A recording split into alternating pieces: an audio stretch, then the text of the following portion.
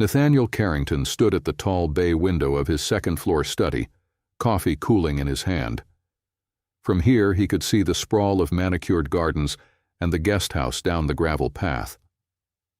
The one his mother insisted they keep in pristine condition, though no guest had stepped foot in it in years. He wasn't really looking at the landscape. He rarely did anymore. His mind, as always, was somewhere between the meeting he'd just left and the one scheduled in 23 minutes. His tailored suit fit without flaw. His jaw was freshly shaved. His inbox was at 0. But when he caught his own reflection in the glass, there was something hollow in the man staring back. "Mr. Carrington?" Margot's voice filtered through the cracked door, steady, familiar. He blinked, then turned. "Yes?" "There's someone here for the housekeeper position. She's early." Nathaniel raised an eyebrow. "We're hiring again?" "Your mother approved it. The last one left 3 weeks ago." "Of course she did," without asking. Again. Nathaniel set down his coffee and rubbed the bridge of his nose. "Fine. Have HR take care of it." Margot hesitated. "She brought a child." That caught his attention. "She didn't have a sitter. Said she didn't want to lose the opportunity." He glanced at the time. 20 minutes until his next call. "I'll be down," he said, already unbuttoning his cufflinks. In the front parlor, Grace Whitman sat stiffly on the edge of a damask chair, her back straight, her arms wrapped protectively around the boy next to her. She'd worn her only good blouse, off-white, slightly faded, and a pair of flats that had seen better days. Her hands were clean, her nails trimmed. She knew what this room was meant to make her feel: small, out of place, undeserving. She refused to let it succeed. Eli, her 7-year-old son, sat quietly at her side, eyes wide, absorbing the chandeliers, the oil paintings, the ceiling that stretched into luxury she couldn't even name. "Do we have to stay long?" he whispered. "Just be polite," Grace said, brushing his blonde curls with her fingers. "We'll be gone soon." But as Nathaniel stepped into the room, time didn't move the way it usually did.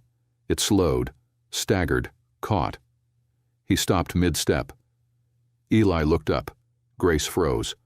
Nathaniel's gaze landed on the boy, and it was like staring into a mirror he didn't know he'd broken. The eyes, the shape of his jaw, that small furrow between his brow when he was uncertain. He saw himself in the child's face, and for a brief, unguarded second, all the breath left his body. Grace stood, instinctively. "Nathaniel," she said softly. Not Mr. Carrington. His name on her lips jolted him harder than any boardroom ambush ever had. He cleared his throat. "I didn't realize we'd met." "We haven't," she lied, her voice steady despite the pounding in her chest. "Not officially." Eli stepped slightly behind her leg. Nathaniel looked at her again, eyes narrowing. Not with suspicion, but recognition. Grace Whitman. He remembered. 8 years ago. One night. A charity gala he hadn't wanted to attend. A woman working in the catering tent. A conversation that turned into hours. A kiss that tasted like something he hadn't let himself want. She'd left before morning. No note. No last name. "I was told the interview was for a housekeeping role," he said carefully. "It is," she replied, chin raised just enough to show him she hadn't come for favors. "I need work." Margot, sensing the change in atmosphere, quietly stepped back and closed the door. Nathaniel studied her for a long moment. "You brought your son." "My sitter canceled. I couldn't afford to reschedule." Eli peeked up again, clearly sensing something adult and important happening. Nathaniel nodded, not to her, but to himself. "This way," he said finally, turning and walking down the hall. Grace hesitated. But then she took Eli's hand and followed, footsteps soft on the hardwood floors. He led them to the sunroom, glass walls looking out over the gardens, the scent of jasmine thick in the late morning air. There, he motioned for her to sit. He didn't sit himself. You understand this is a live-in position? I do. And the responsibilities go beyond cleaning. We host events. Appearances matter. I'm not afraid of hard work, Mr. Carrington. His jaw tightened at the return of formality. How long have you been in Charleston? 6 years. I moved here just before Eli was born. He looked at the boy again. Grace followed his gaze, her stomach coiling. I never asked for anything, she said before she could stop herself. Not then. Not now. So we did meet. She didn't answer. The silence between them stretched, thick, charged, aching with what was left unsaid. Finally, Nathaniel exhaled and sank into the chair across from her. Why now? Because I need to keep a roof over my son's head. And I heard you were hiring. No one sent you? No one knows. He nodded again, slowly. If you enjoyed this video, comment 1 to let me know. If not, comment 2. Your thoughts matter to me either way. I'll need to verify references. I brought them. She pulled a creased folder from her bag and slid it across the table. It looked fragile in his hands, her entire life, pressed between 2 thin sheets of cardstock. As he scanned the papers, Eli shifted in his chair. Is he the boss? The boy whispered to Grace. Nathaniel's eyes flicked up, met hers. Grace gave a small smile. Yes, honey. The boy leaned closer to her. He looked sad. Nathaniel blinked. Grace looked away. He stood again, the papers still in his hand. I'll have Margot show you the guest house. If everything checks out, you can start next week. She rose slowly. Thank you. As she turned to go, he said her name softly. Grace. She turned back. I wasn't ready for this. She nodded. Neither was I. Outside the window, the wind stirred the magnolia trees. Inside, a quiet storm had already begun. The guest house smelled like lemon polish and lavender, a blend Grace didn't expect from a place left unused. Sunlight spilled through gauzy curtains onto the tile floor, making the small living room look warmer than it felt. Margot stood in the doorway, keys in hand, watching Grace with that quiet, measuring look she hadn't yet decided was skeptical or sympathetic. This is where you'd stay, Margot said, finally stepping aside so Grace and Eli could walk in. 1 bedroom, small kitchenette, private bath, utilities included. We keep it stocked with the basics. Grace nodded, stepping through the threshold. The space was clean and tasteful. Modest, but far more than she was used to. The walls were pale blue, the sofa a soft cream. It felt like someone else's life. Eli let go of her hand and wandered to the window, peering out toward the distant hedges that lined the main estate. There's a garden, he whispered, as if it were a secret just for him. Grace smiled faintly. There is. Margot crossed her arms. You seem familiar to him. Grace's chest tightened. Who? Mr. Carrington. He's not the type to forget faces, or to look that rattled. Grace turned slowly to face her. I worked a catering event, a long time ago. And you've had no contact since? Number none. Margot looked like she wanted to say more, but didn't. Instead, she walked over to the small table by the door and placed the keys down. Start Monday. I'll go over protocols then. Keep the boy close. This isn't a playground. Grace nodded. Understood. The door shut behind her with a soft but certain click. Grace sank onto the edge of the couch, exhaling slowly. Eli climbed into her lap without a word, resting his head on her shoulder. The silence between them wasn't heavy. It was the kind that comes when there's too much to say, and no space to say it. Mom? Yeah? Is that man really the boss? She kissed the top of his head. Yes, sweetheart. He looked at me weird. Grace's arms tightened around him. He was just surprised, that's all. Eli was quiet again, but he was thinking. She could feel it. Later, after Eli had fallen asleep curled beside her on the unfamiliar bed, Grace stood in the dim kitchen, pouring tap water into a glass with trembling hands. She stared out the window at the main house, glowing softly in the distance, golden and silent like a memory. Nathaniel Carrington. She never expected to see him again, let alone like this. 8 years ago, she'd been a different woman, eager, hungry, standing in the service tent of a fundraiser hosted by the Carrington Foundation. He was the kind stranger who ducked away from the crowd to escape the noise. He asked her what was good on the menu. She told him it was all overpriced nonsense, then handed him a slice of peach cobbler she'd made herself. They talked for hours. About nothing. About everything. He never told her his last name. She didn't need it. At the time, she didn't think she'd ever want it. And then he vanished. And she found out 2 weeks later she was pregnant. She had every intention of finding him, until she realized she had no trail to follow, no phone number, no last name, just Nathaniel, and a warm, impossible night. So she moved. She rebuilt. And she never spoke his name again. Until today. Grace pressed the cool glass to her forehead and let the silence wrap around her. She didn't need this job to reopen old wounds. She needed it to survive. For Eli, that had to stay the focus. No distractions, no memories. Just work. But the next morning didn't make that so easy.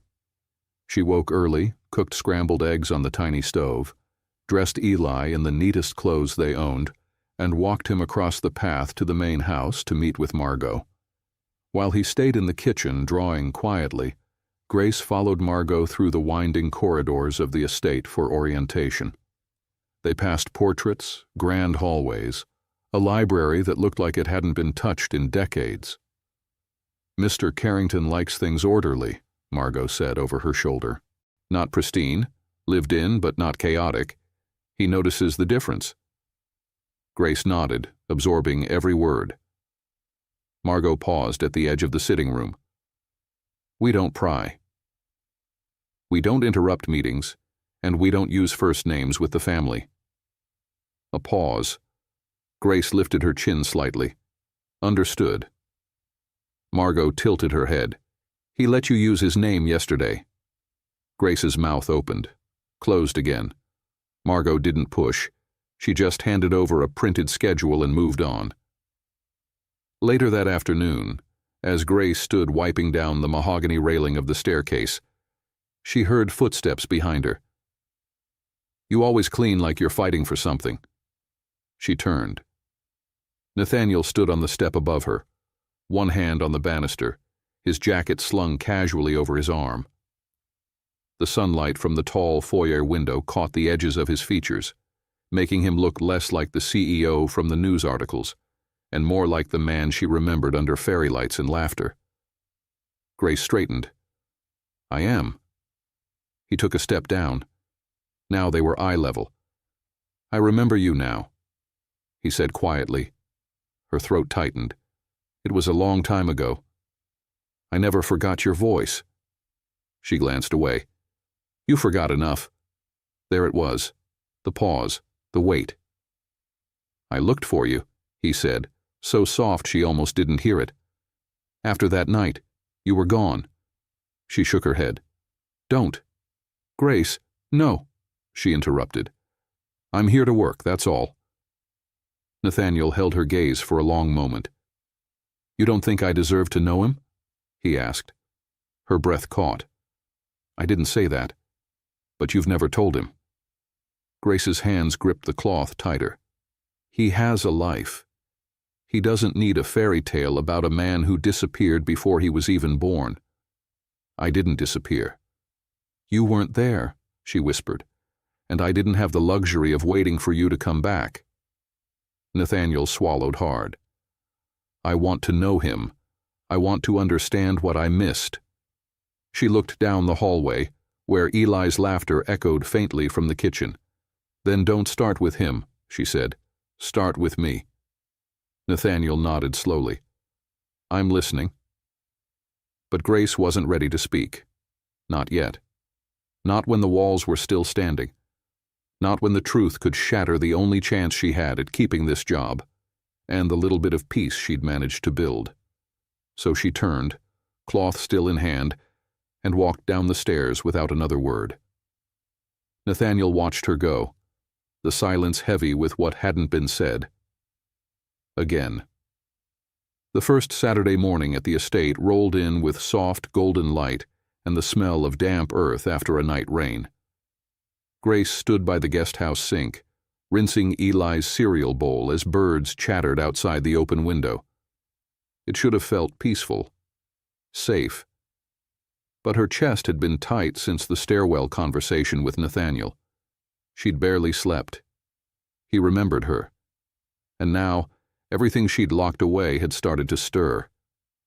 She turned off the faucet and leaned against the counter, letting the water drip from her fingers. "Mom?" Eli called from the little breakfast table, crayons scattered around him. "Can I draw the garden again?" Grace walked over, brushing his curls back gently. "Of course, sweetheart. Just stay where I can see you." He grabbed his sketch pad and darted toward the porch. She watched him go, then exhaled, eyes drifting toward the window again. The main house shimmered in the early light, so quiet and still it felt like a dream. Except it wasn't. Nathaniel was inside, probably already dressed, probably pacing through a day filled with responsibilities she couldn't even pronounce. He wasn't just a man anymore. He was that man. And now he wanted to know his son. A knock at the guest house door pulled her from her thoughts. Margot stood on the other side, a tin of cookies in her hand. "You make a habit of showing up with sweets?" Grace asked, trying to soften the tension in her voice. Margot raised a brow. "Only for people I'm still deciding about." Grace stepped aside. "Come in, then." Margot moved with practiced grace, setting the tin down and looking around the small space like she was inspecting more than decor. Her eyes landed on the edge of a small drawing poking out from under a book. Eli's sketch of the Carrington house, complete with too many windows and a smiling sun. "Your boy's got an eye for detail," Margot said, tapping the page lightly. "He sees things most adults miss," Grace replied, watching her. A pause. Margot sat at the edge of the couch. "You and Mr. Carrington, you have a history." Grace tensed. "That's not something I plan to explain." Margot didn't blink. "You don't have to. But around here, secrets echo." Grace's breath hitched. "I'm not here to make trouble. I need this job." "I can see that," Margot said, her voice quieter now. "And I respect it. But that man upstairs, he doesn't rattle easy, and he looked like he saw a ghost." Grace looked down at her hands. "I tried to forget it. I thought I had." "Then he walked into the room," Margot finished for her. "And now you can't." Outside, Eli's laughter bubbled from the garden. Grace's throat tightened.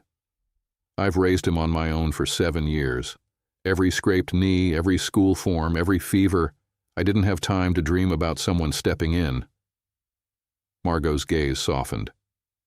"You don't have to explain yourself to me. But be sure you know where you stand before things get blurry."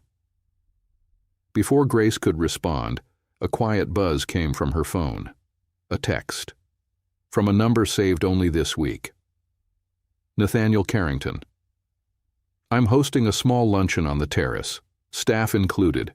You and Eli should come." Grace stared at it, fingers frozen above the screen. Margot caught the look. "You're invited?" Grace nodded slowly.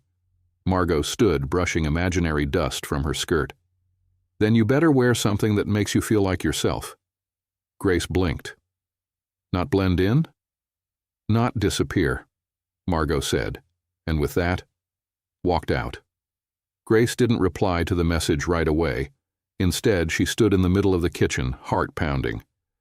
She hadn't been to any kind of social function, staff or otherwise, in years.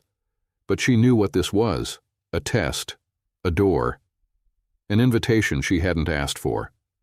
And still, something in her wanted to say yes. By noon, the terrace had been transformed into something out of a magazine. White linens fluttered in the breeze. Soft jazz played from hidden speakers. Flower arrangements framed the view of the garden. Staff moved between tables, light laughter echoing.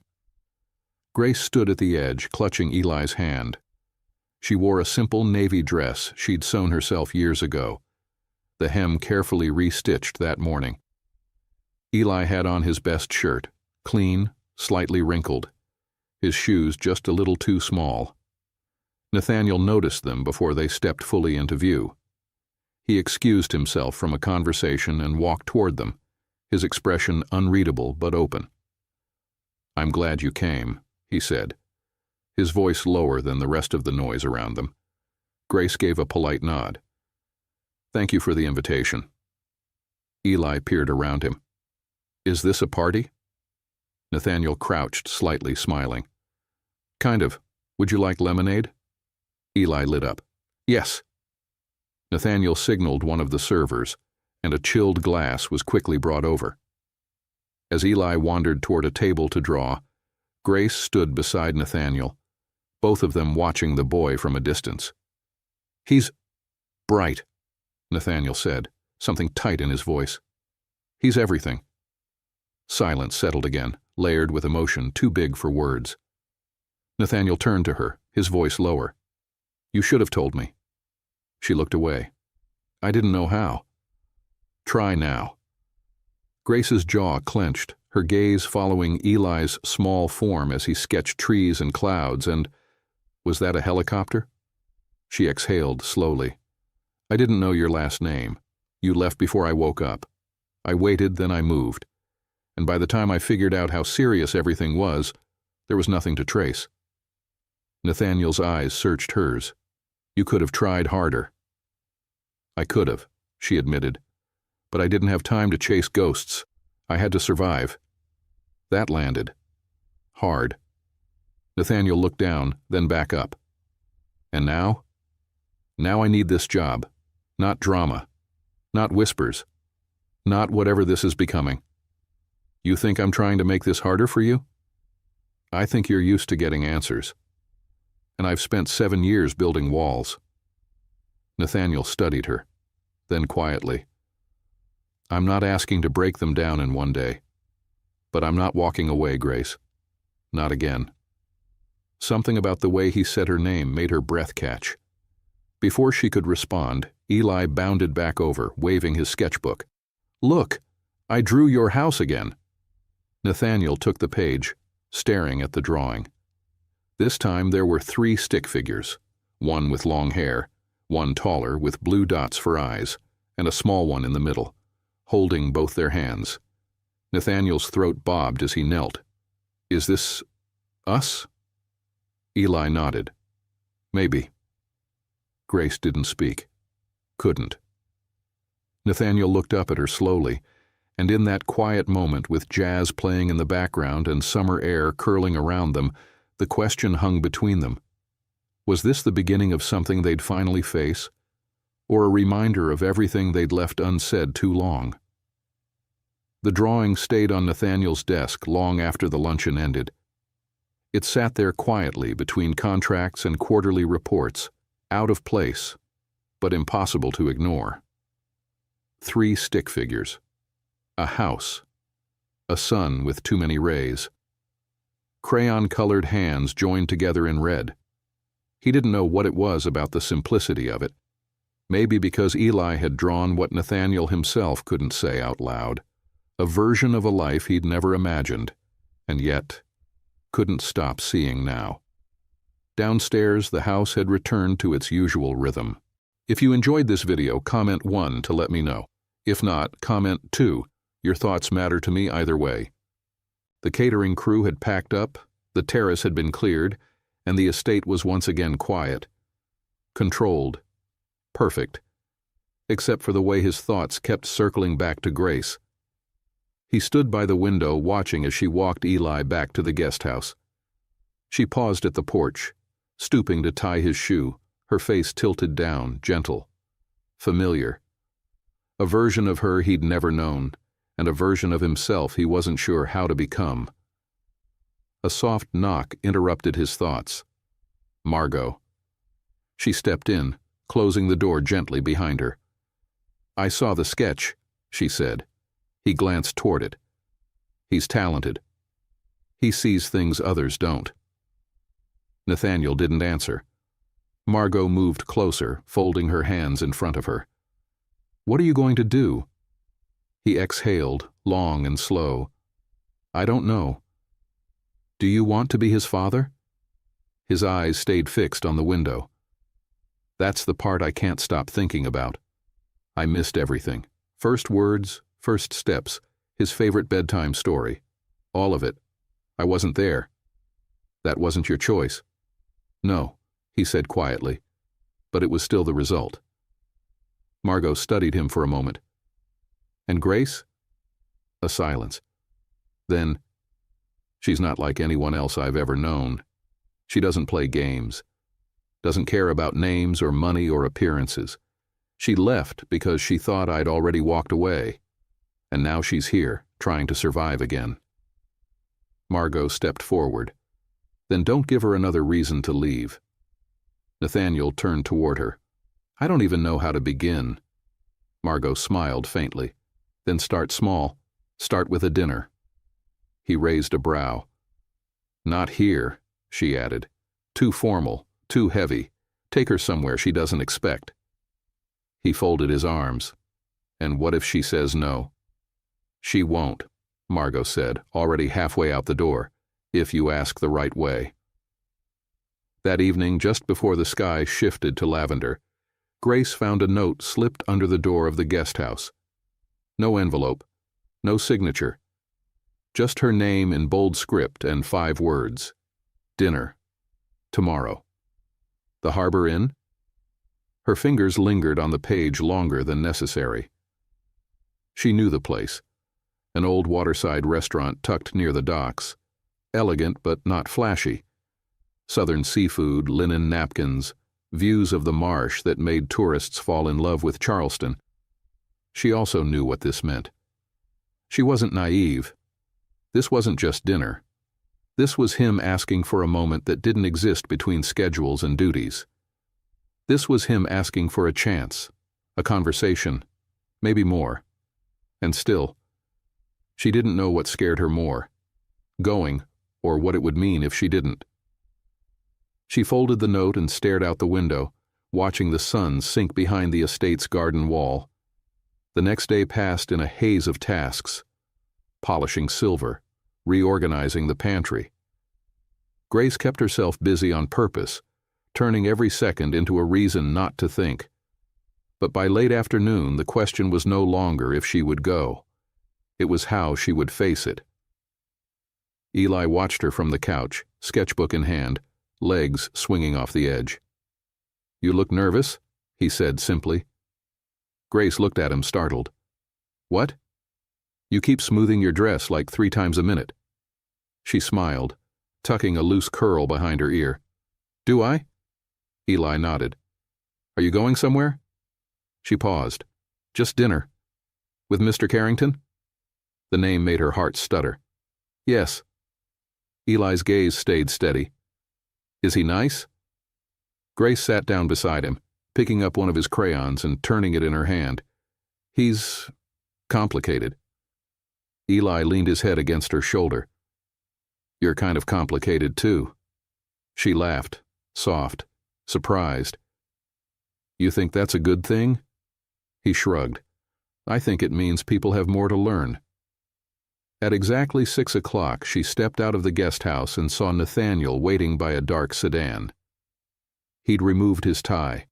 The sleeves of his dress shirt were rolled up just enough to soften the image of the CEO. His expression, however, was the same, composed, unreadable, but his eyes gave him away. They always had. "You look beautiful," he said. Grace looked down at her dress. Charcoal gray, simple neckline, heels just high enough to make her feel taller. "Thank you," she said quietly. He opened the door for her without a word. The ride to the restaurant was quiet, not awkward, but charged, like a conversation waiting to happen. At the Harbor Inn, they were seated on the deck, overlooking the water. Boats drifted lazily in the distance. The sun threw soft gold over the ripples. Nathaniel ordered crab cakes. Grace went with shrimp and grits, but neither of them touched their menus again. "You could have asked me this over lunch," she said eventually, eyes fixed on the horizon. "I didn't want to share this moment with a dozen other people." She looked at him then. Really looked. "Why now?" "Because every time I see him, I see you." Her breath hitched. "I want to know him," he continued. "Not because I have to, but because I want to." "And me?" she asked softly. Nathaniel's voice dropped lower. "You were never a mistake, Grace. I didn't forget you. Then why didn't you try harder?" He leaned forward, elbows on the table. "I didn't know what I was looking for. Just that I'd lost something important. And now that I've found it, I don't want to lose it again." The air between them shimmered. Grace looked down, blinking hard. "I'm not here to be rescued," she whispered. "I'm not offering rescue," he said. "I'm offering presence." Their food arrived. Neither moved. She met his eyes again. "You say that now, but what about when this gets messy?" Nathaniel reached into his jacket pocket, pulled something out, and slid it across the table. A folded piece of paper. Grace opened it. Eli's drawing, the one with all three of them holding hands. "I'm not asking you to forget the past," Nathaniel said.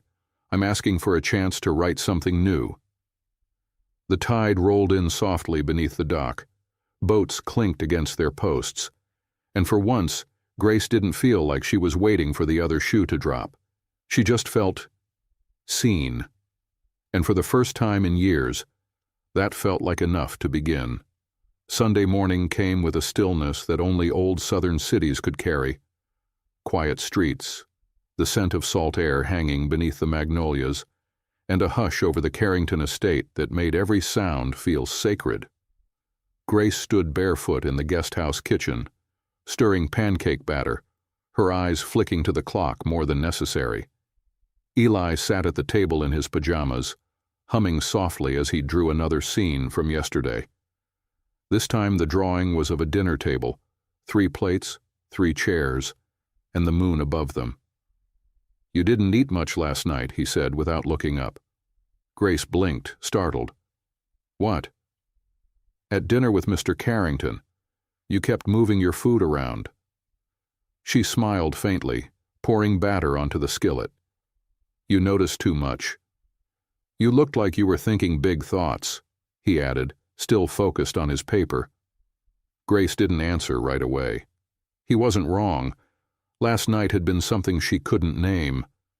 Nathaniel had listened. He'd looked at her like he saw all of her, not just the mother, not just the worker, her, the woman who once believed in beginnings. But beginnings came with cost. And memories didn't fade just because the lighting was warm and the man across from you finally said what you'd waited years to hear.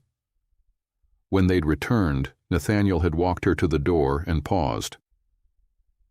"I'm not asking for everything, Grace. Just a little space to try."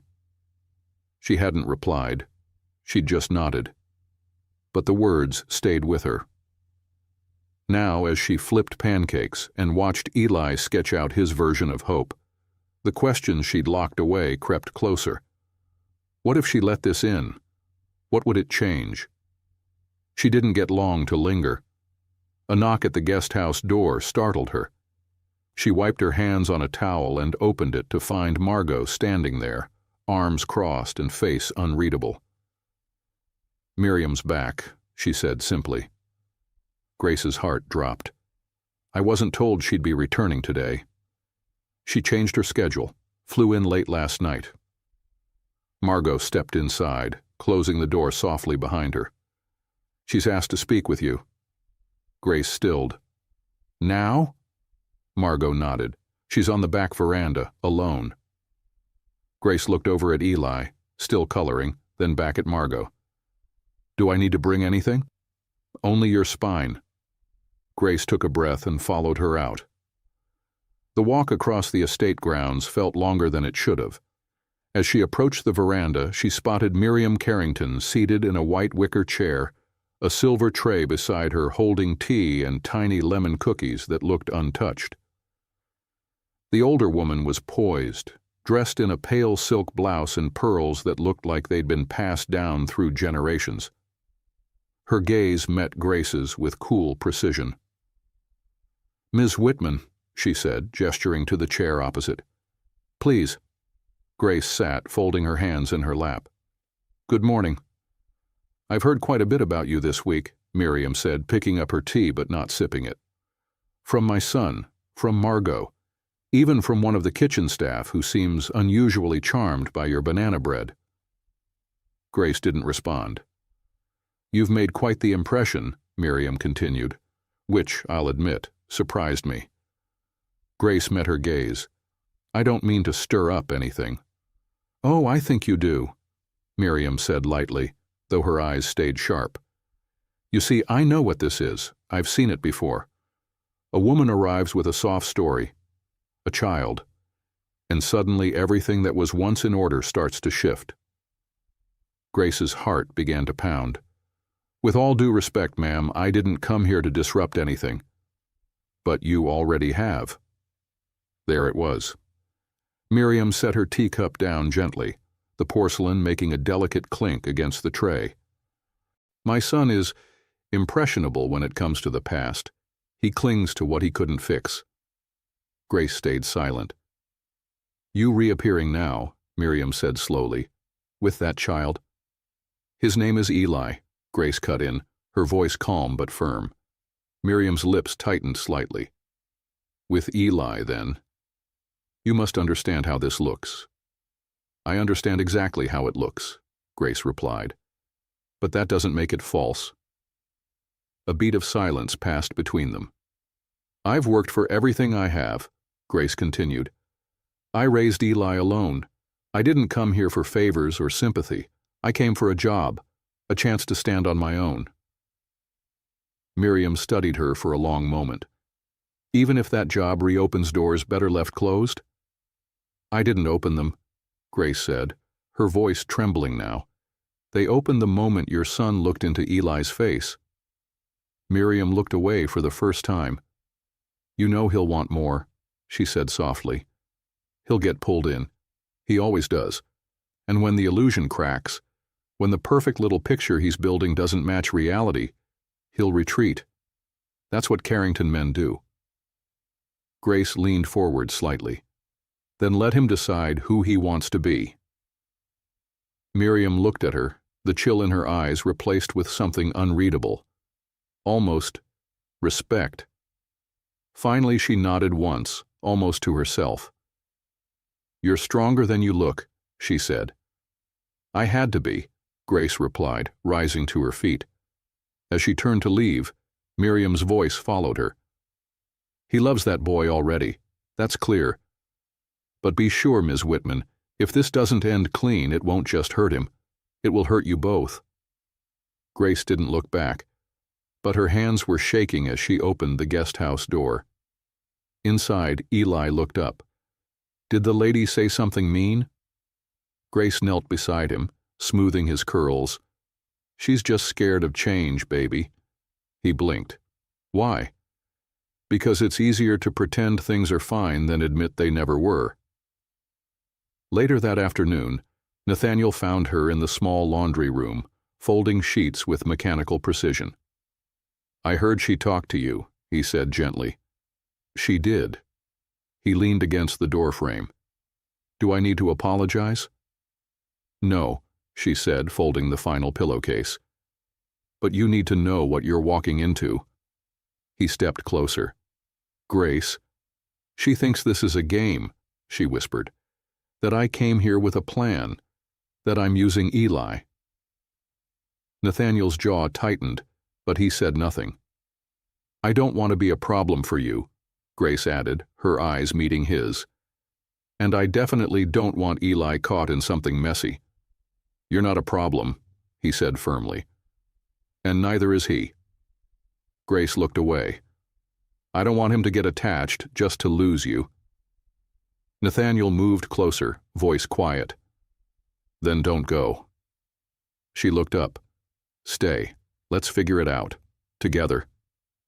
She nodded slowly, something in her softening, but as she turned back to the sheets, her heart was already bracing itself for what being seen truly meant.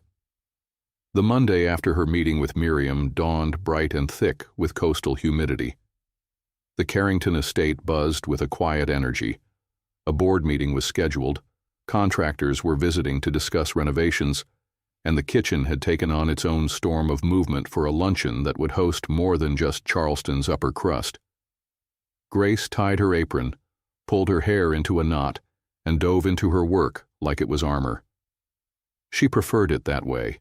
The rhythm, the order, the way clean surfaces offered a strange kind of peace. She polished silver until her hands ached. She scrubbed baseboards most guests would never see. She took comfort in doing things no one else noticed, because for years no one had noticed her. Not until now. Not until Nathaniel. And that, more than anything, left her unsure where she stood. You're going to wear out the floor with all that pacing. Grace startled, turning to see Margot standing at the kitchen threshold, arms crossed and a faint smile tugging at her mouth. I'm not pacing, Grace said, then paused. Okay, maybe a little. Margot stepped into the room, lowering her voice. Nate's got his hands full today. His mother's in one of her moods. Calvin's pushing on this coastal expansion deal, and there's a senator coming for lunch.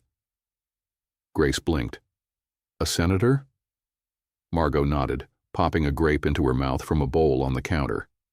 Real old-school Southern politics. Polite smiles and sharp teeth. Grace picked up a dish towel and started folding it. Then I'll make myself scarce. That might be harder than you think, Margot said, pausing. He asked me to have you bring the seating chart to his office yourself. Grace turned. What? He said you'd know where to place people better than anyone. You've got a natural sense of balance. Grace froze. Her pulse tapped at her throat.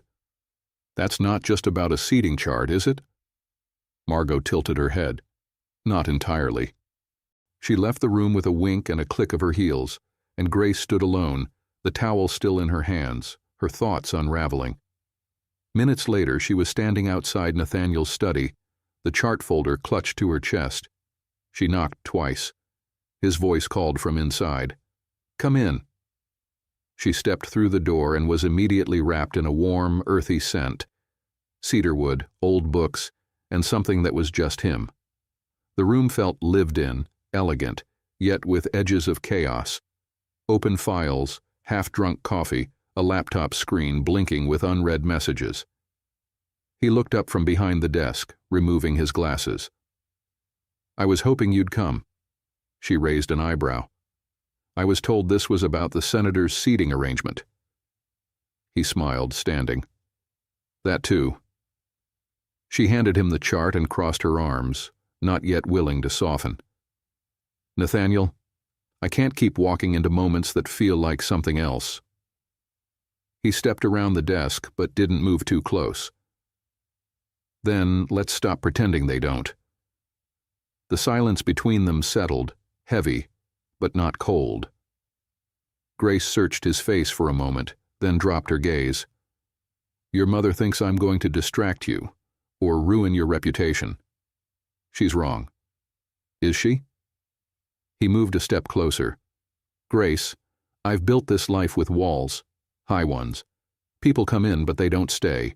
You don't fit your world, she interrupted. No, he said, his voice softening. You see mine." That landed. Hard. "I've spent years hiding behind structure," he continued. "Routine, business, power, and still I wake up thinking about whether Eli sleeps with a nightlight or if he still says paschetti instead of spaghetti." Grace blinked, caught off guard by the rawness in his voice. "You think I'm trying to rescue you, but the truth is, I've never needed saving more in my life." She swallowed hard, unsure what to say. "You said something the other night. That you had to survive. That you didn't have time to wait for a man who disappeared. You were right. But Grace, I didn't leave because I wanted to. I didn't know what I was walking away from. And I'm here now, not to rewrite the past, but to be here for whatever comes next." She stepped back slightly, her breath shallow. "You can't say that like it's easy." "It's not," he admitted. "But you don't scare me. Not your strength, not your story, not the years I missed." Tears welled in her eyes before she could stop them. He reached forward slowly, brushing a tear with his thumb.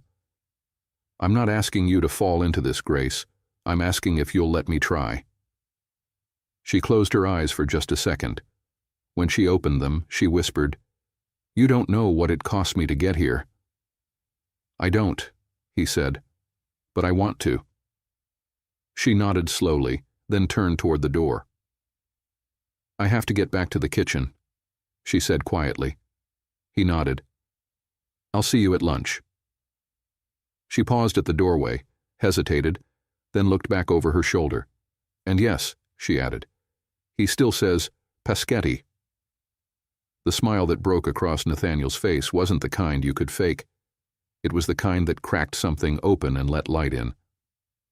Lunch came fast after that. The senator arrived with 2 aides, full of drawl and deliberate charm. Grace moved through the main dining room with quiet grace, checking on glasses, adjusting the placement of napkins, keeping her presence low but steady. Nathaniel sat at the head of the table, flanked by Calvin on one side and Miriam on the other. Grace caught the flash of Miriam's glance as she passed behind Nathaniel's chair. "She's still here?" Miriam said under her breath, just loud enough for Grace to hear. "I invited her," Nathaniel replied, not missing a beat. Miriam's jaw tightened. The senator's voice cut through. "This place is run like clockwork. I assume that's your doing, Carrington?"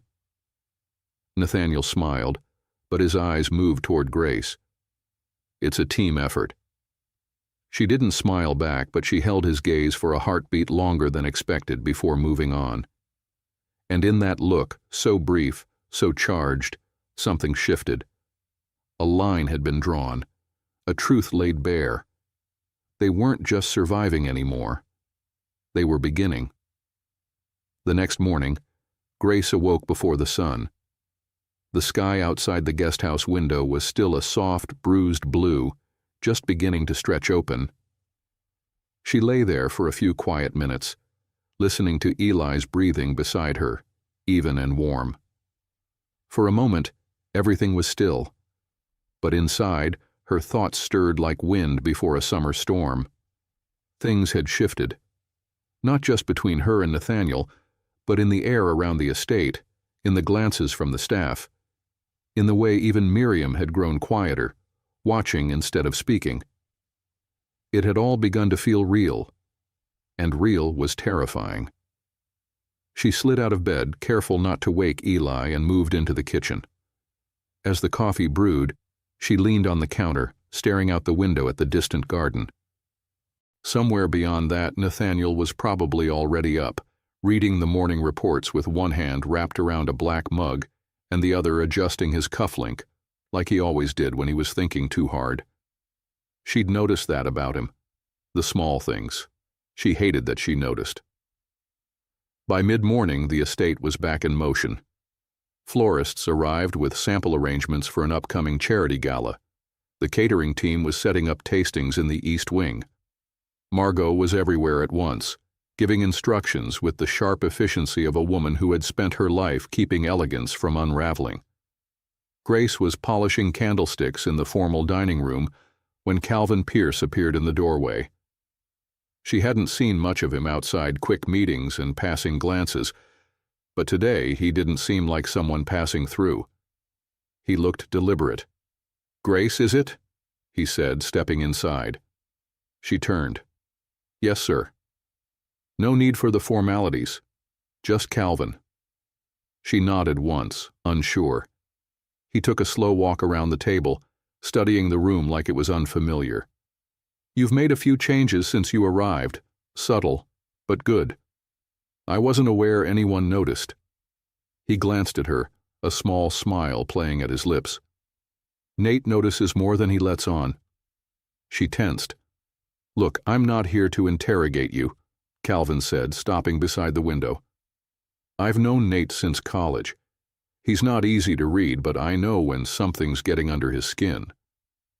Grace set down the candlestick. "And you think I am?"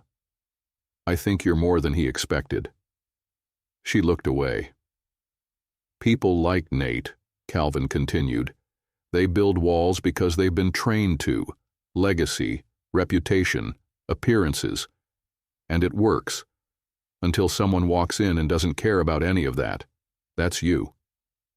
She met his eyes, waiting for the warning that usually followed statements like this. But Calvin's tone softened. "I'm not here to warn you off. I'm here to ask if you know what you want from him." That caught her off guard. Grace drew a breath, choosing her words slowly. "I want a life that doesn't feel borrowed. I want Eli to feel safe. And I want to stop waiting for the floor to fall out from under me." Calvin nodded thoughtfully. "And Nate?" She hesitated. "I want to believe him. I want to believe this is more than guilt or obligation." Calvin's expression shifted, just slightly. He's not a man who gives out obligation lightly. If he's leaning in, it's because he's already past the point of pretending not to care. Grace exhaled. "Thanks for the honesty." Calvin offered her a small nod.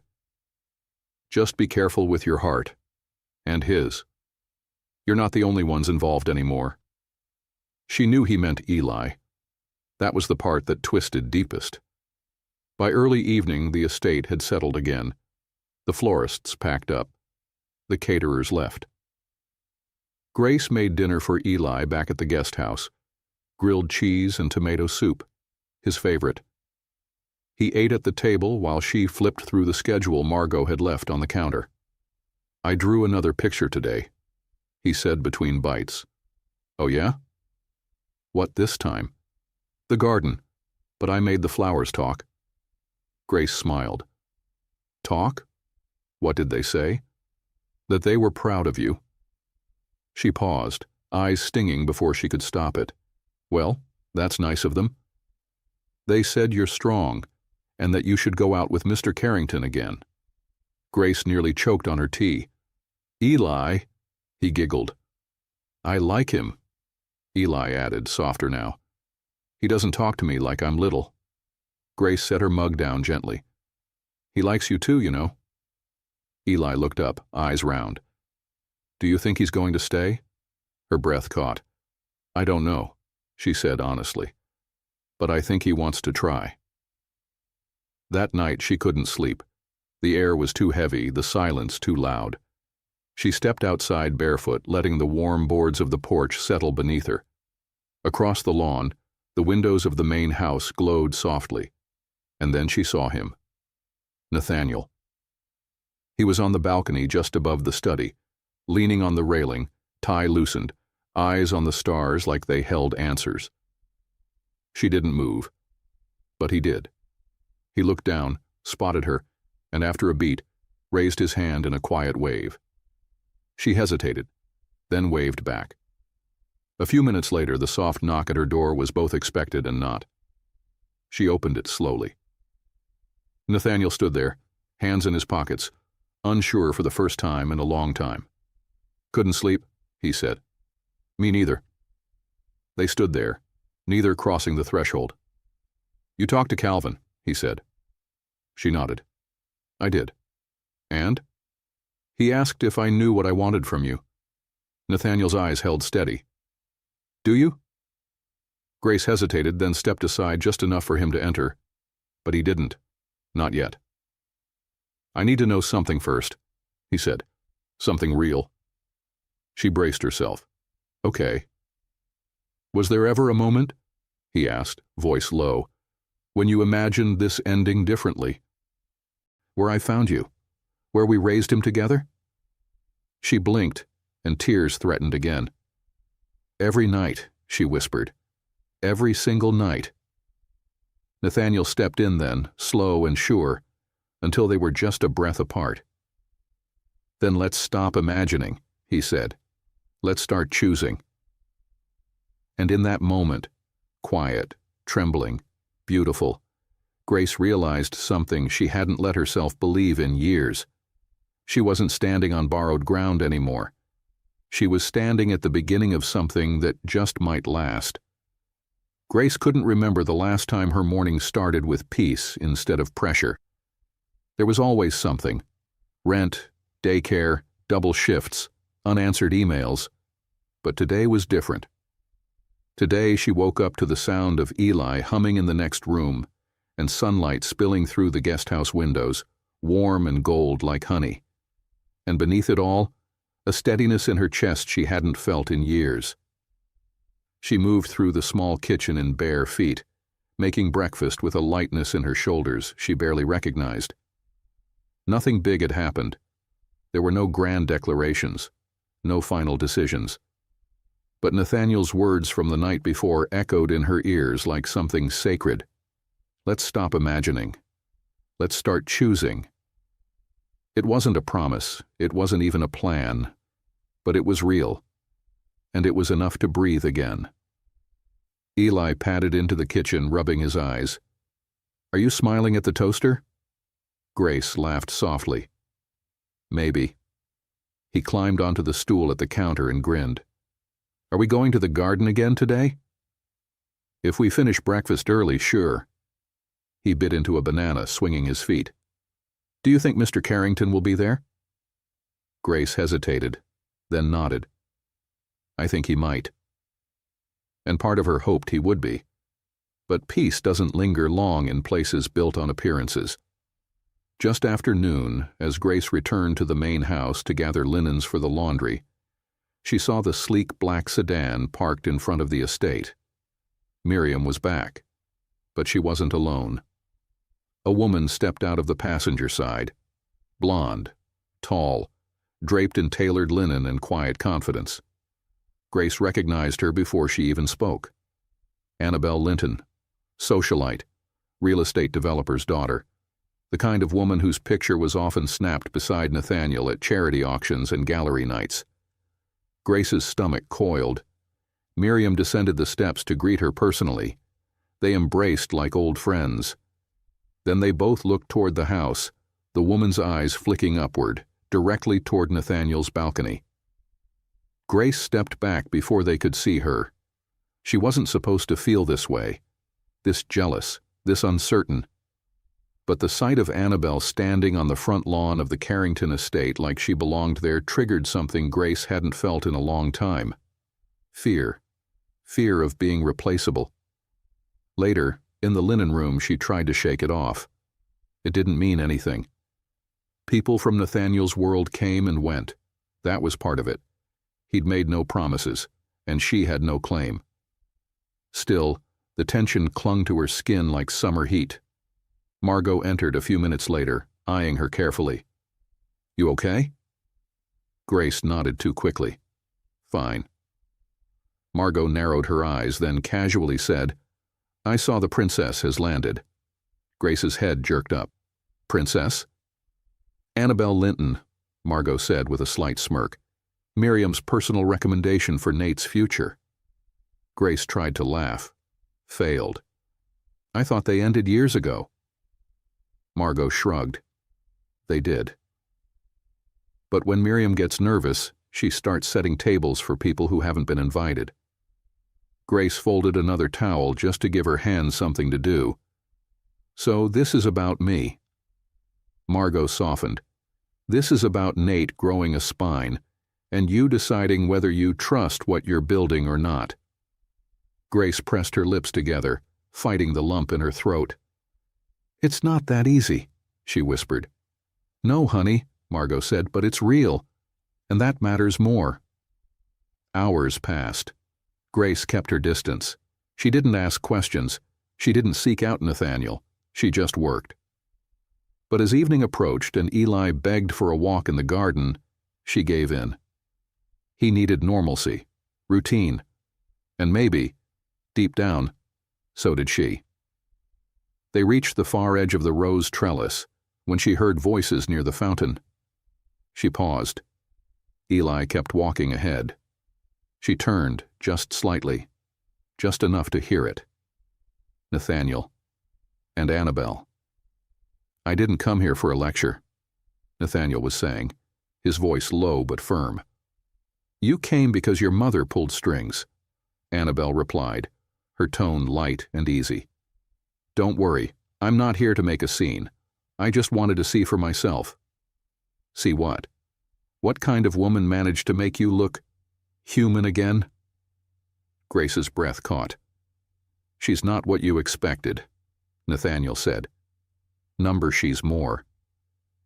Annabelle's voice softened. That's what scares your mother, you know. Grace doesn't want the empire. She wants you. And that means she might actually stand a chance. A pause. Wind rustled the hedges. You're right, Nathaniel said quietly. She does.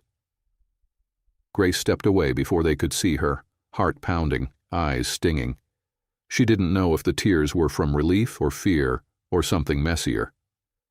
Later that night, back at the guest house, Eli was asleep, curled up in the quilt she'd made when he was a baby. Grace sat on the edge of the bed, fingers tangled in her lap. A soft knock at the door made her jump. She opened it. Nathaniel stood there, hands in his pockets, hair wind-blown, eyes tired. I didn't want you to hear it that way, he said. But I knew you did. She nodded, too raw to pretend. I should have told you Annabelle was coming, but I didn't know she'd show up like that. I'm not mad, Grace whispered. I just... He stepped closer. You're scared. She nodded again, eyes brimming. I've had to fight for everything, and sometimes I think the only reason I've kept going is because there's never been anything soft enough to fall into. Until now. Nathaniel reached for her hand, his touch warm and grounding. You can fall, Grace, he said gently, and I'll be there. She searched his face. Don't make me regret this. I won't, he said, voice steady, because I've already made the mistake of walking away once. I won't do it again. She pulled him in then, quietly, not with a kiss, not with anything showy. Just a leaning in. A moment. Her head against his chest, his arms wrapping around her like shelter. For the first time in years, she let herself lean and stay. The days that followed were quiet in all the ways that mattered. No arguments, no unannounced visitors, no heavy looks from Miriam lingering over tea. For the first time since she arrived, Grace felt the house breathe with her instead of against her. Eli laughed more. Nathaniel stayed present, even when the estate buzzed around him with meetings and obligations. There were still walls, yes, but now someone was holding the door open. Grace tried not to lean too far into the comfort. She still woke early, still kept her routines, still reminded herself this was temporary, because she'd learned long ago not to count anything before it stayed. But sometimes, she caught herself hoping. It was a Wednesday morning when Margot cornered her in the East Hall with a glint in her eye Grace had learned to fear. You're coming to the gala, right? Grace blinked. What gala?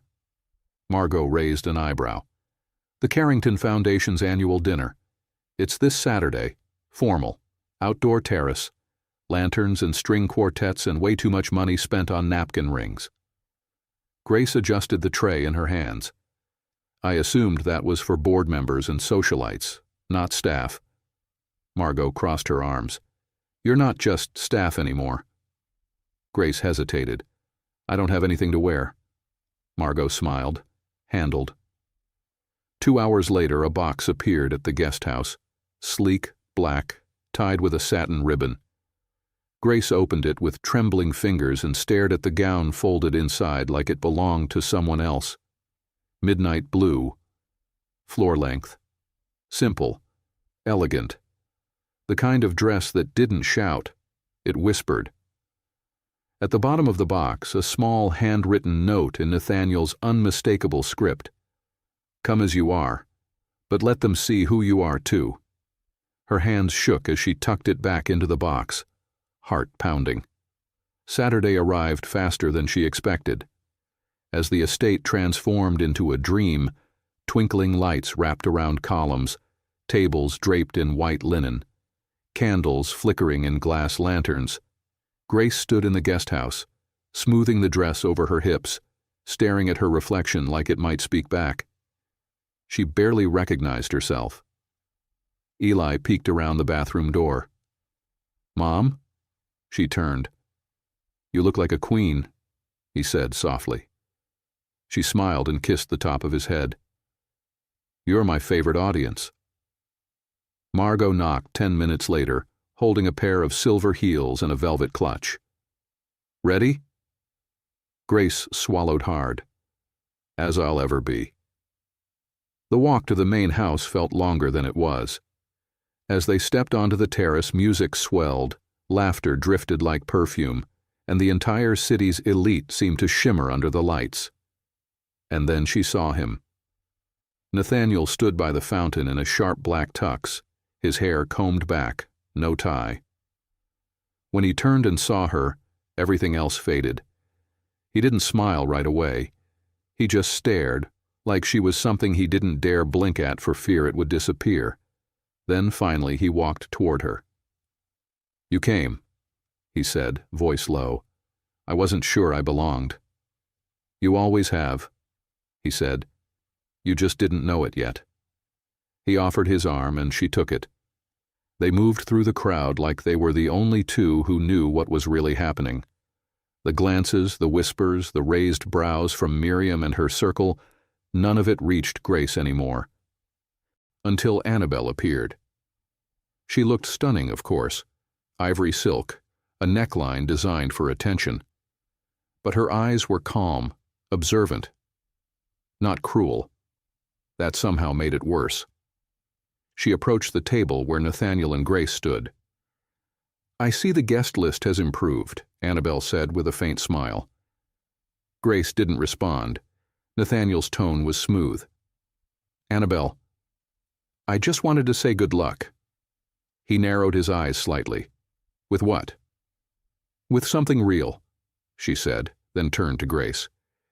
Don't let them break you. They tried with me too. Then she was gone. Grace stood still for a beat too long. She didn't mean anything by that, Nathaniel said. Grace nodded. That's the problem. She didn't have to. They sat for dinner soon after. Courses came and went, artful and expensive, tasting of citrus and sea and perfection. Nathaniel kept his hand on hers under the table. She didn't pull away, but something lingered in her chest, heavy and familiar. Doubt.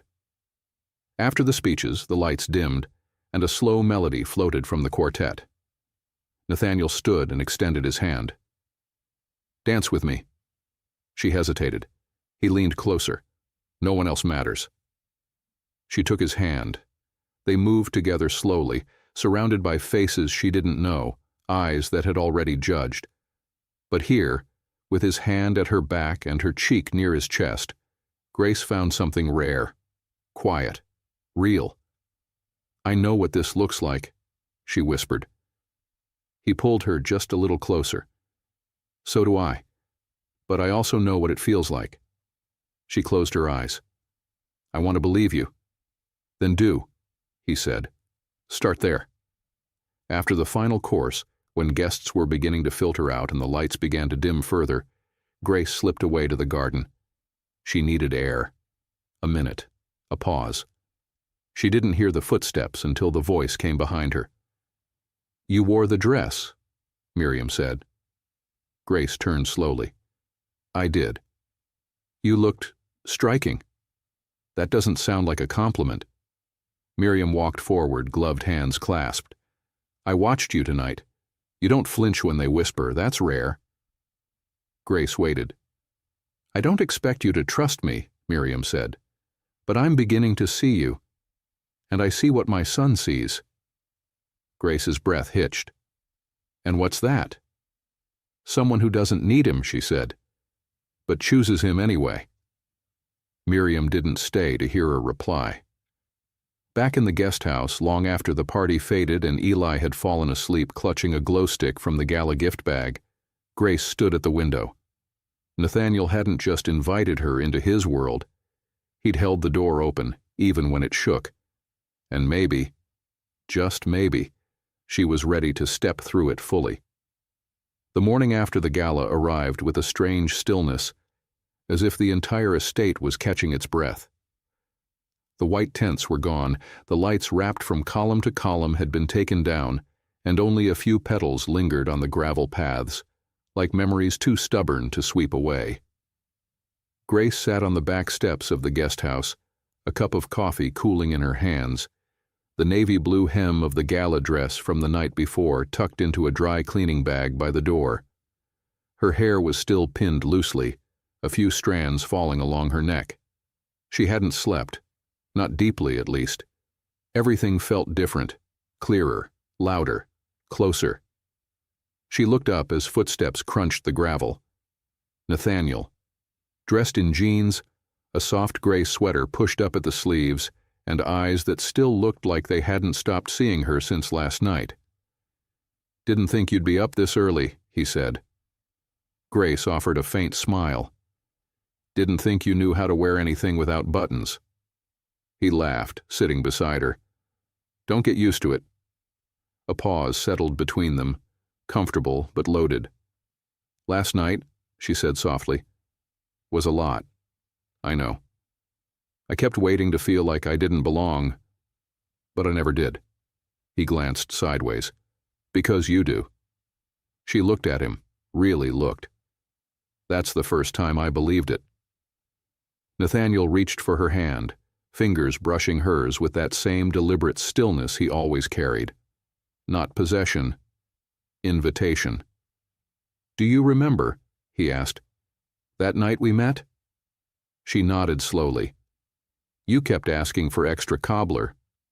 "I didn't even like cobbler," he said, grinning. "You're kidding. I just wanted an excuse to keep talking to you." She shook her head, smiling into her coffee. "You were supposed to be a one-night conversation," she said. "Instead, you became the one thing I couldn't rewrite." The silence that followed wasn't awkward. It was sacred. Then Grace's phone buzzed on the porch behind them. She reached for it without looking, but the screen caught her eye before she could ignore it. A message from an unknown number. "Hi, Grace. This is Melinda from Charleston Home and Garden. I had your cornbread muffins at the gala. Would love to feature you in our upcoming piece on local culinary talent. Are you available to talk this week?" Grace stared at the screen, stunned. Nathaniel leaned closer. "Everything okay?" She turned the phone so he could read it. He blinked. "That's... wow." Grace's throat tightened. "I didn't even know anyone tasted them." "I did," he said, a softness entering his voice. "They tasted like home." She swallowed hard, fingers trembling slightly. This wasn't supposed to happen. This wasn't the plan. "No," he said, gently taking her hand. "It's better." Later that day, Grace sat at a small round table in the Carrington kitchen with Margot, flipping through printouts Melinda had sent over. Feature spreads, photographer guidelines, questions they'd ask her in the interview. "I don't even own a business card," Grace muttered. Margot poured tea into a porcelain cup with her usual precision. "Then make one." Grace stared at her. I'm serious, Margot said. You've been building something for years, quietly, carefully. Don't let the size of the spotlight make you forget that. Grace exhaled, then whispered, I don't want to fail. Then don't. Margot slid a sheet of paper across the table. It was blank, except for the heading she'd written in looping script. Grace Whitman, Small Batch Southern. Start small, Margot said. Start yours. That night, as Grace sat with Eli on the couch, flipping through old sketchbooks and talking about favorite colors, Nathaniel knocked once and stepped in. He looked different, not in how he dressed, but in how he stood, like a man who had decided something important. Grace tilted her head. What's on your mind? He held out a folded sheet of paper. I've been working on something. She took it slowly, unfolded it. It was a project plan, clear as day. The top read, Carrington Culinary Series, a local legacy, curated by Grace Whitman. Her breath caught. This is real, she said, voice low. It is. Nathaniel. He sat beside her, steady. You've been giving this estate your heart, your time, your flavor. I want the world to taste it. But this isn't just a job. This is mine. Yes, he said simply. That's the point. Tears welled in her eyes. She tried to blink them back, but one slipped free. I didn't think anyone would ever hand me something that didn't come with strings. No strings, he said. Just roots. And room to grow. Grace stared down at the paper again, then at Eli curled on the rug, coloring another version of the house, with her in the kitchen, Nathaniel in the garden, Eli waving from the steps. I used to dream of a kitchen like this, she whispered. My name on the menu, my story in the recipes. But dreams like that, they were just how I survived the hard days. And now? Nathaniel asked. She looked at him.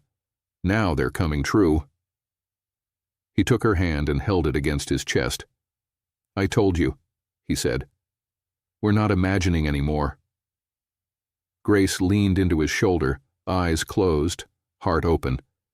And for the first time since arriving at Carrington Estate, she let herself believe this wasn't the end of something borrowed.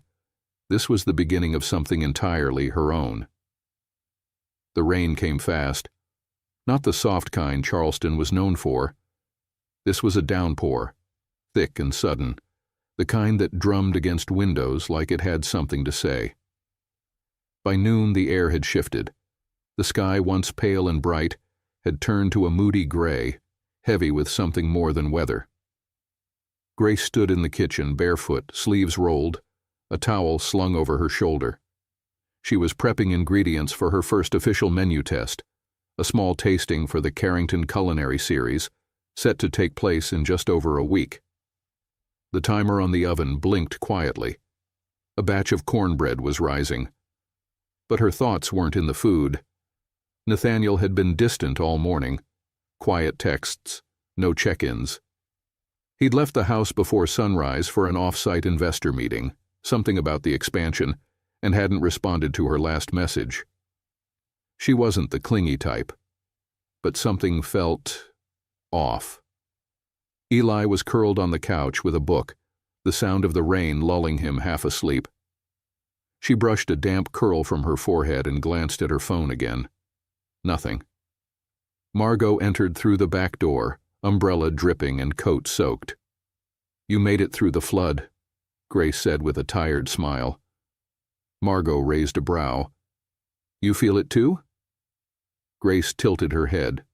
Feel what? That weight in the air, like someone said something they shouldn't have. Grace stiffened. What do you mean? Margot placed the umbrella by the door. I overheard Miriam this morning, in the East Wing. She was talking to Calvin. Grace dried her hands, slow and careful. About what? You, and the project. Grace's chest tightened. What about it? Margot hesitated.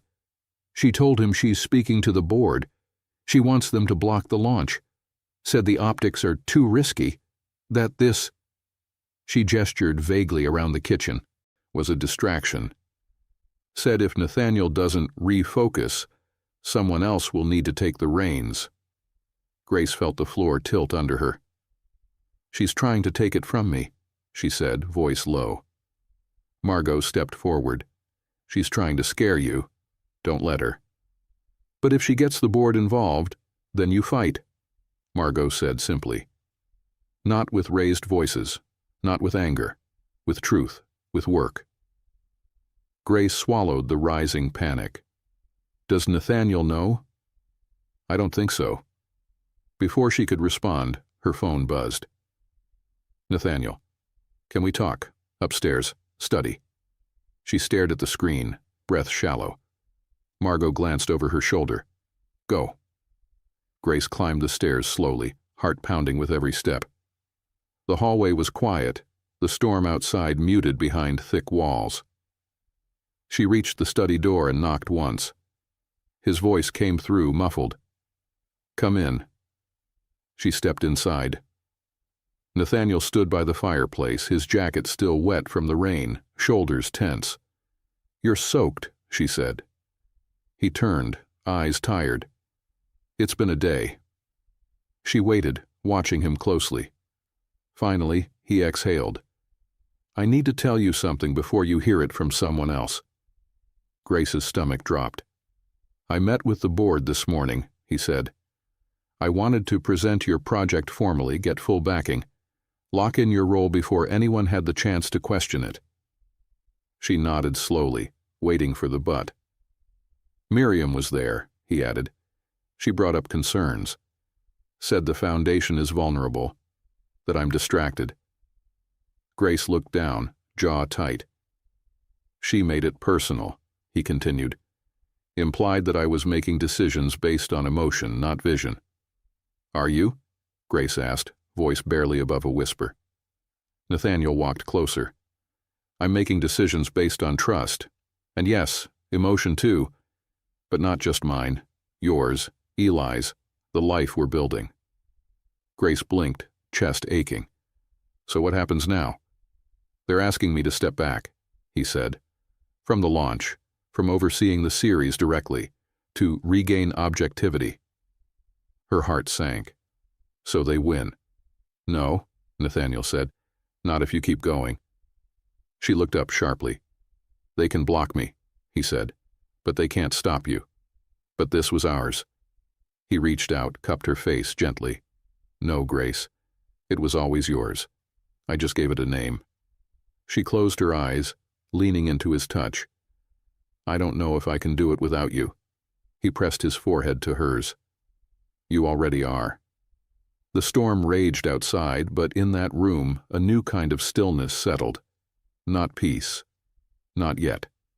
But resolve. And that was enough for now. The scent of paint still lingered in the carriage house. Faint but stubborn, clinging to the walls and the corners of Grace's hair as she stood barefoot on the drop cloth, rolling a fresh coat of ivory across what used to be a tired gray wall.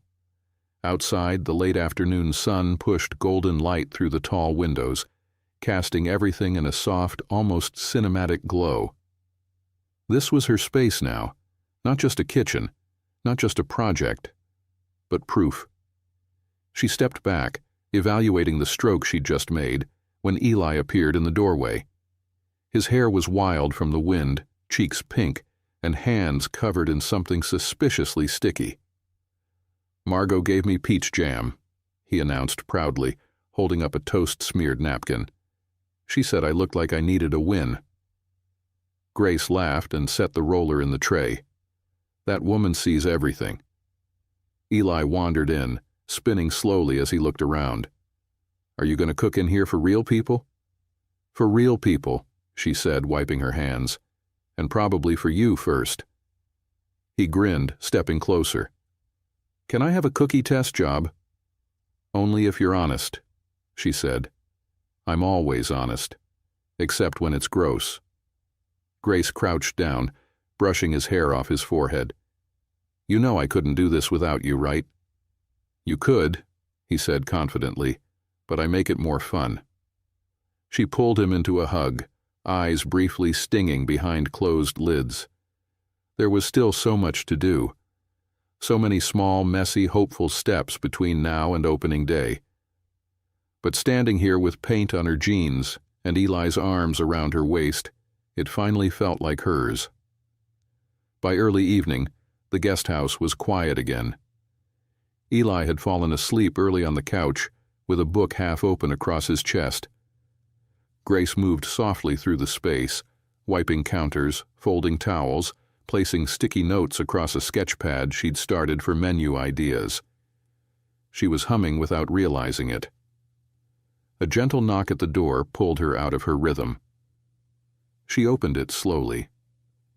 Nathaniel stood outside, holding a small to-go bag and a nervous smile.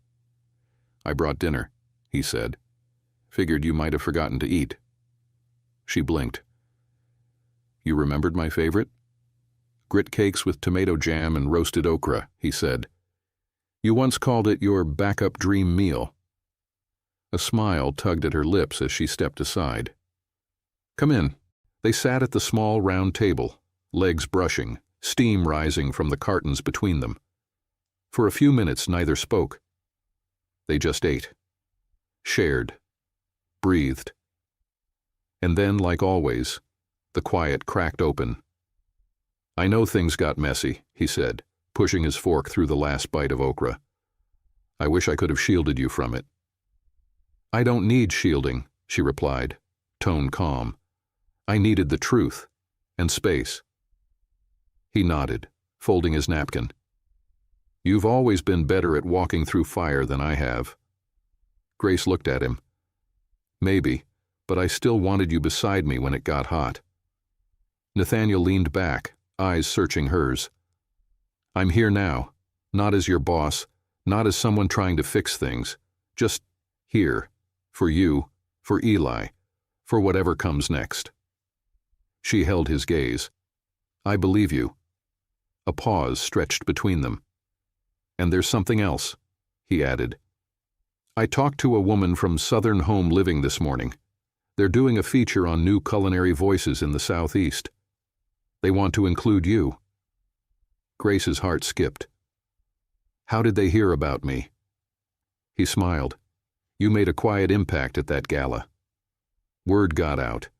Your cornbread is getting its own fan club."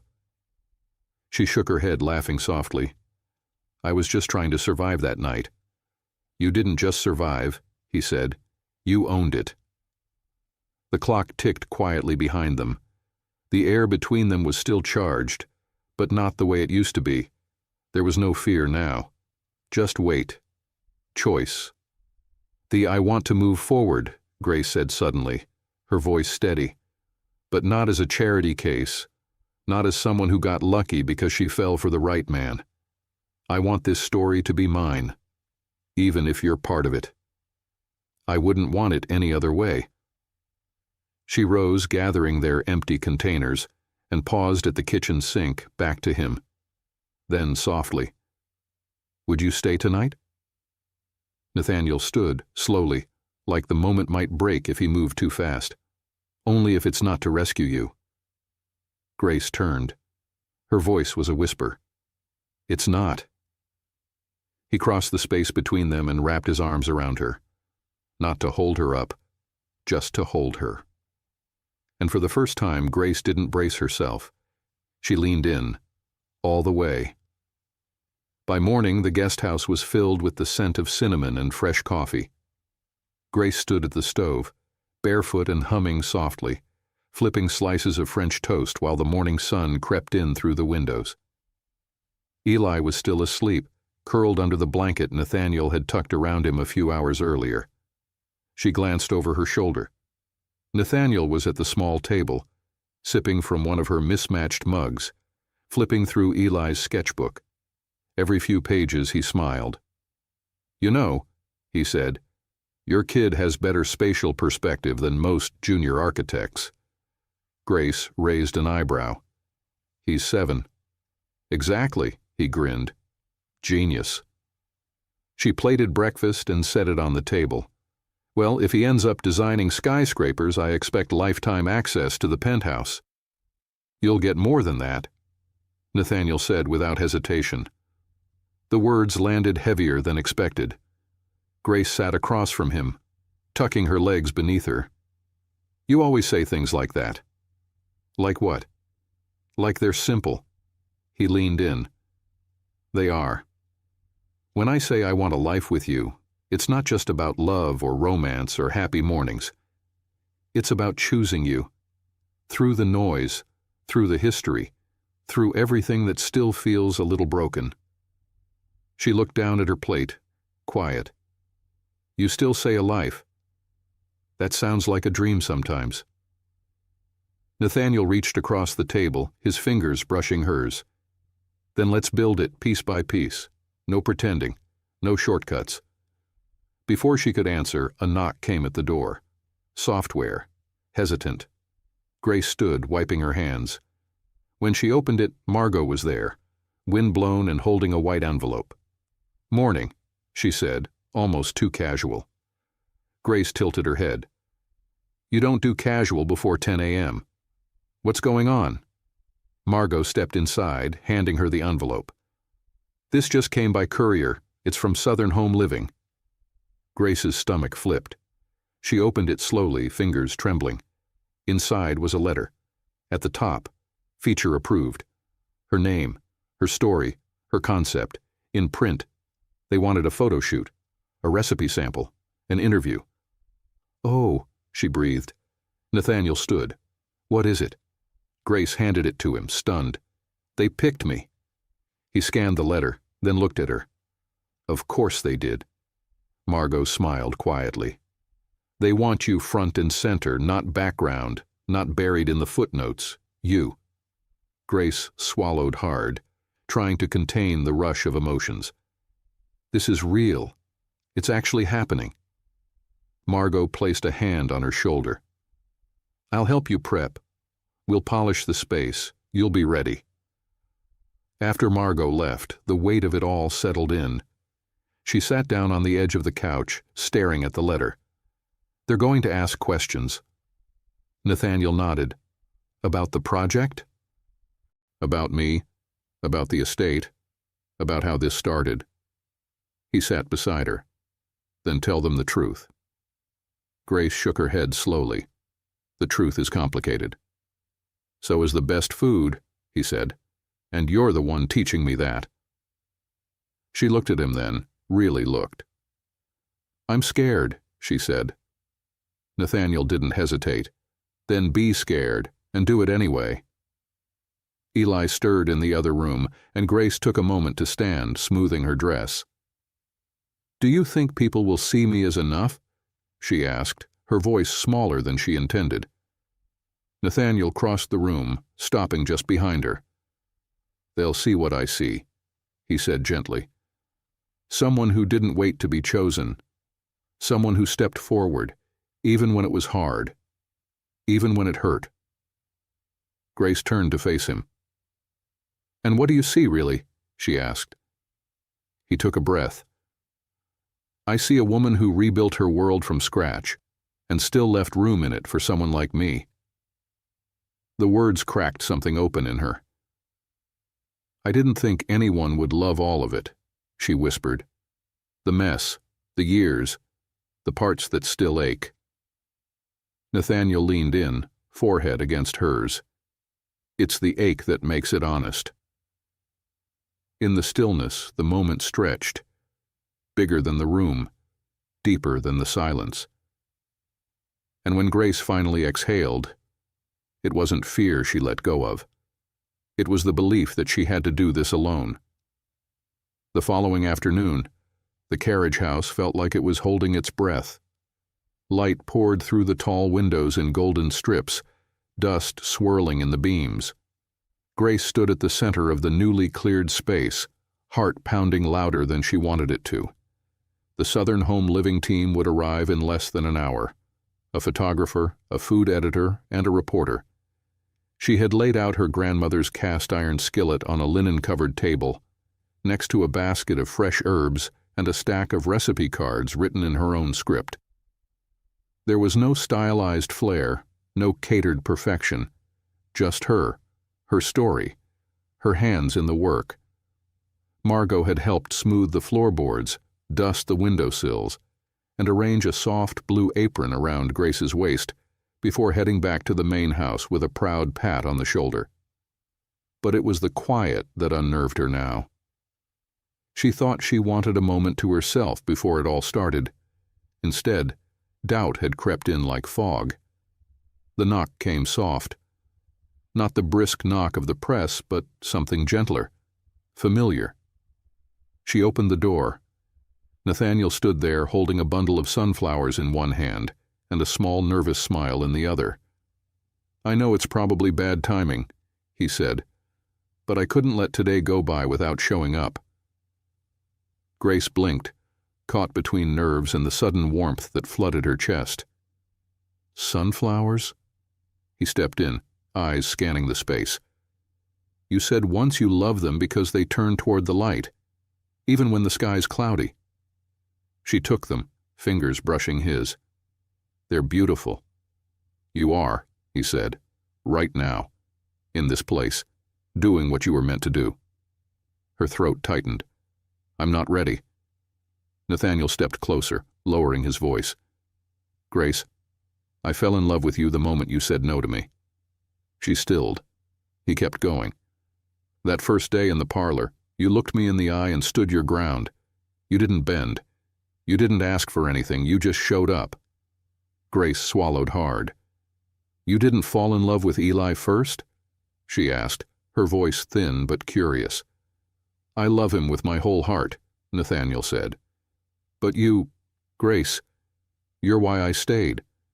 A tear slipped down her cheek. She didn't wipe it. "I needed to hear that," she whispered. "I know." A second knock came. This time, brisk and precise. The press had arrived. Grace exhaled, hands trembling slightly. "This is really happening." Nathaniel looked around, then back at her. "You want me to stay?" She looked at him for a long moment, then shook her head. Soft, sure. "No," she said. "I think I need to do this alone." He nodded slowly. "Then I'll be waiting after." She reached up, brushing her fingers against his jaw. "Thank you for showing up." He leaned in, kissed her forehead, then backed away, eyes still on hers. "You've already made it," he said quietly. "Everything else is just proof." Grace opened the door and greeted the team with steady breath, sunflowers still in hand. They entered the space with polite smiles, professional cameras, notepads ready. The food editor walked straight to the table, already complimenting the setup. The photographer began circling the room, testing the light. The reporter, a woman in her 50s with curious eyes and a soft voice, took out a small recorder and asked, "Shall we sit and start with your story?" Grace nodded. They sat at the edge of the long farm table Nathaniel had helped her restore. "I'll ask the obvious first," the woman said. "Who are you, Grace Whitman?" Grace smiled, nerves crackling under her skin. "I'm a mother," she began. "I'm a cook. A woman who once lost everything and decided to build something with her hands when no one else believed she could." "And this space?" the woman asked. "It's the first place I've ever owned that didn't come with strings." The photographer called from across the room. "Would you mind standing by the stove with the skillet?" Grace walked over, lifting the pan with both hands like it was a ribbon she'd earned. And for a moment she wasn't nervous. She was rooted, present, whole. As the shutter clicked, she thought about the years that brought her here, the sleepless nights, the doubts, the days she wanted to quit, the boy who gave her a reason to keep moving, and the man who didn't just see her, but stayed. When the shoot wrapped and the team filtered out, offering kind words and contact info, Grace stood alone again in the golden light, her apron dusted with flour. The door creaked open. Eli ran in first, cheeks flushed. "Did they pick you?" She laughed, catching him in her arms. "They did, baby." We did. Nathaniel followed, watching them with something more than pride. This was more than a photo spread. This was her arrival. Her roots, finally breaking through the soil. And she was still rising. The opening day arrived with a Carolina breeze that carried the scent of jasmine and something else. Possibility. The sign above the carriage house had been hung at dawn, simple white wood with her name carved in dark script. Grace Whitman, Southern Table. By noon, the courtyard was alive with the hum of voices, clinking glasses, and the aroma of cornbread, rosemary roasted chicken, and slow-simmered peach chutney. The soft sound of jazz spilled out from inside, blending with the rustle of leaves and laughter under the open sky. Grace stood at the entrance in a linen dress and her grandmother's apron, watching as neighbors, friends, and even board members filled the space she had once imagined only in quiet moments before sleep. The long table she'd refinished with her own hands now held dishes she'd dreamed of serving. She could see Eli weaving between chairs, pointing proudly at the menu, telling anyone who'd listen, "My mom made that." Nathaniel stood near the far end of the garden, speaking with guests, but his eyes found her every few minutes, steady, grounding, like he never wanted to miss a moment. She caught her reflection in the glass of the carriage house window as she passed, hair swept back, cheeks flushed, eyes clear. The same woman who had walked into the Carrington estate as a job applicant, uncertain and guarded, now moved with quiet confidence, not loud, not showy, just certain. As she brought out a tray of sweet tea, Miriam appeared near the edge of the walkway, not overdressed, not cold, simply present. Grace paused. Miriam approached, gaze sweeping over the courtyard, the people, the press, the smell of biscuits. Then to Grace, softly, "You made this." Grace nodded.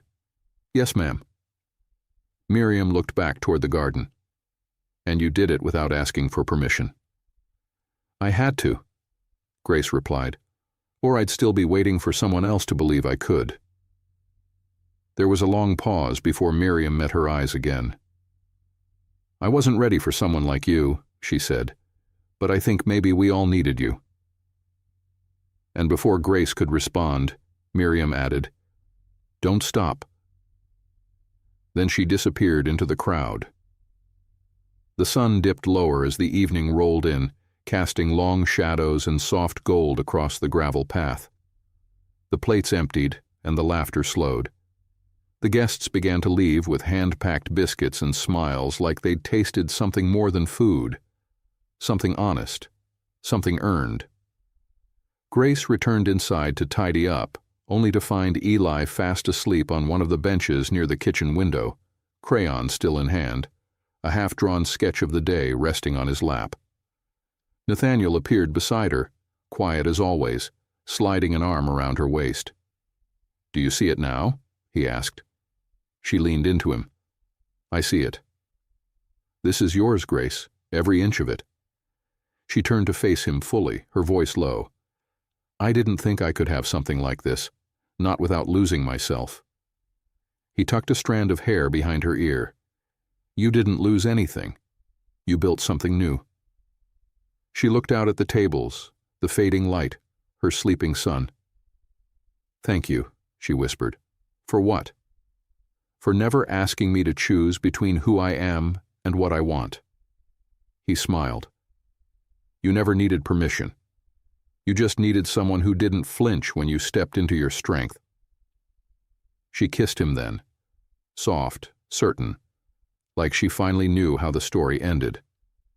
Not with rescue, not with sacrifice, but with the quiet, undeniable truth that sometimes the strongest kind of love is the one that lets you grow without shrinking to fit beside it. And Grace Whitman? She was no longer surviving. She was standing, whole, ready, and home. If you enjoyed this video, comment 1 to let me know. If not, comment 2. Your thoughts matter to me either way.